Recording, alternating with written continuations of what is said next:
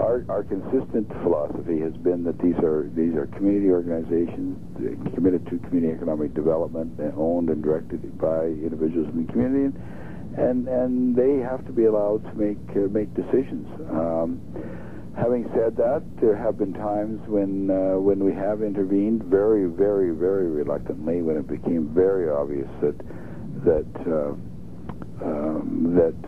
there appeared to be inappropriate management of resources and so on. And so in the case of Mount Wallington, if you were around, you may remember that the first board of directors, and I guess at the time it would have been the Community Futures Committee, was appointed by the minister. And so we as government agents, through consultations with local organizations, individuals, and the Member of Parliament, would have put forward a list of potential committee members to the minister, who then either approved it or didn't approve it or suggested changes, whatever. But ultimately, those individuals that ended up on the Community Futures Committee were in fact appointed by the minister, so they were never elected. The only requirement there, and there's still a program requirement, is that the individuals on the boards of directors be representative generally of the community. And within that, there's a very variations of approaches. Some boards have a standing membership committee that have individuals sort of waiting in the wings, as it were, to sit on the board when there are vacancies. Other CFTCs, in fact, advertise in the paper for board members. Some CFTCs have actually, I think, had general membership meetings open to the community where a certain number of board members can be selected. So there's certainly a range of ways in which the boards of CFTCs are composed. Mm-hmm. And I think that if there's a particular developmental interest in that area that individuals such as yourself or others feel strongly is not being represented, then I think that you may want to make the CFTC aware of it and make us aware of it, if you will. So that our concern is not for specific individuals to be on the board, but that the community, generally speaking, as it relates to community economic development, is represented on the board of directors. Well, let me ask you, this is an obnoxious question, but what if we got a group of responsible citizens and said to you, we now are the Futures Board up here? How does that?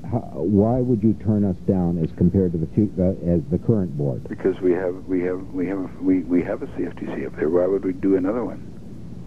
Well, okay. So there's a flaw here. So I guess I'm wasting your time talking to you about. You see, what I'm telling you, or what we're seeing here, is that they only are appointing people, individuals, who really aren't functional. They don't even know that there's decisions being made, but they're, quote, board members, okay? They're just a name on a paper. Yeah. Okay, but the decisions are being made by one or two people. And then when you look at, and when you see where this money is going, or going and being wasted, etc., you're wondering, well, you ask about process, okay, and they'll say to you, well, you'll have to get a lawyer, okay, we don't have to tell you that, we don't have to tell you whatever. So this is the problem that I have with your system, and if you say that's just the way it is, then I mean, I'm not arguing with you. I'm sure your act or your regulations or whatever, it's there to give you this flexibility. But we've got. Well, I think that if you have a concern about the board, you should speak to the board chairman. Well, they won't talk to us. They just ignore us. So he doesn't return your phone call? No, he doesn't. And yet they're tied in. Well, this is another, with another story with the people in the forestry ministry, etc., where you hear stories like one of them. Well, it's just incredible.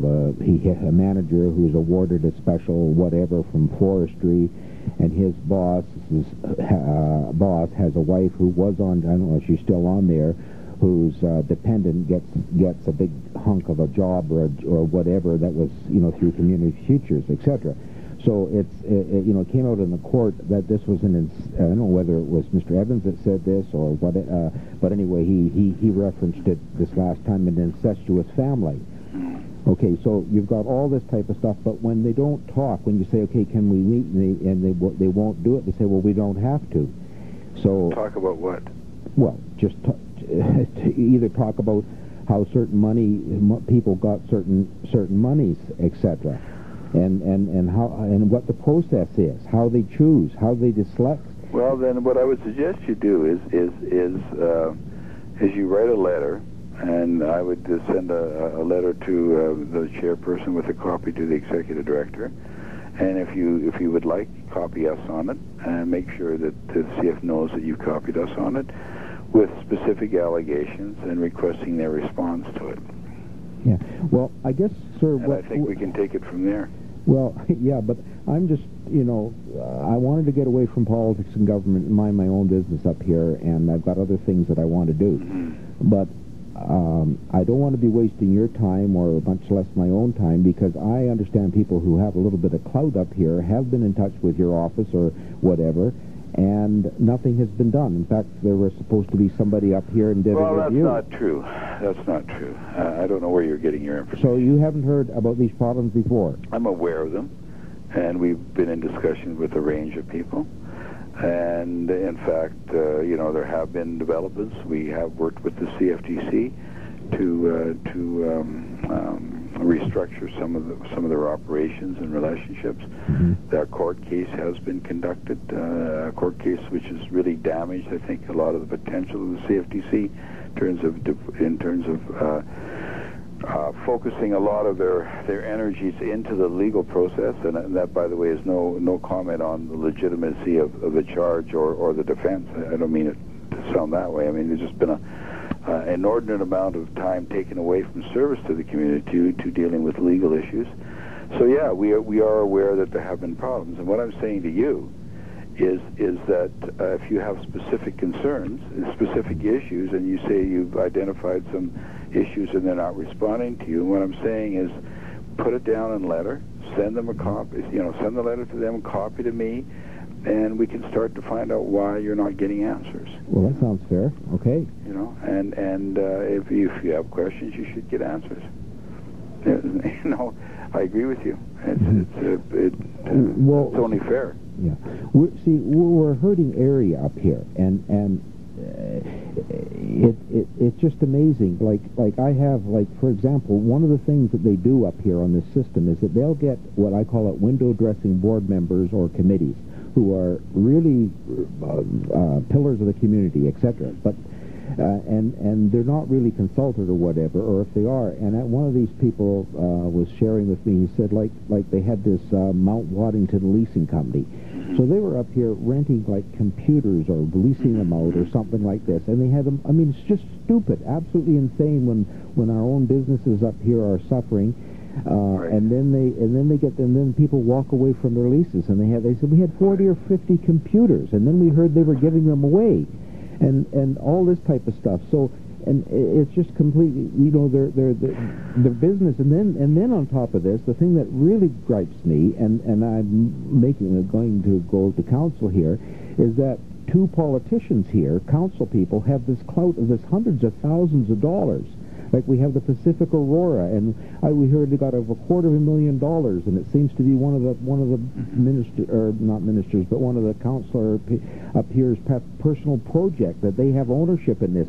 And then I hear another day that they got $500,000, another $250,000 under two different names for the same project. And then we hear that this money it's supposed to be based in the North Island here, but it's being controlled by a Jack Knight or somebody out of Vancouver. And so here's money that was designated through your office for our area, and now somebody in Vancouver has got control over it. Yeah, I'm not aware. I'm not aware at all of that.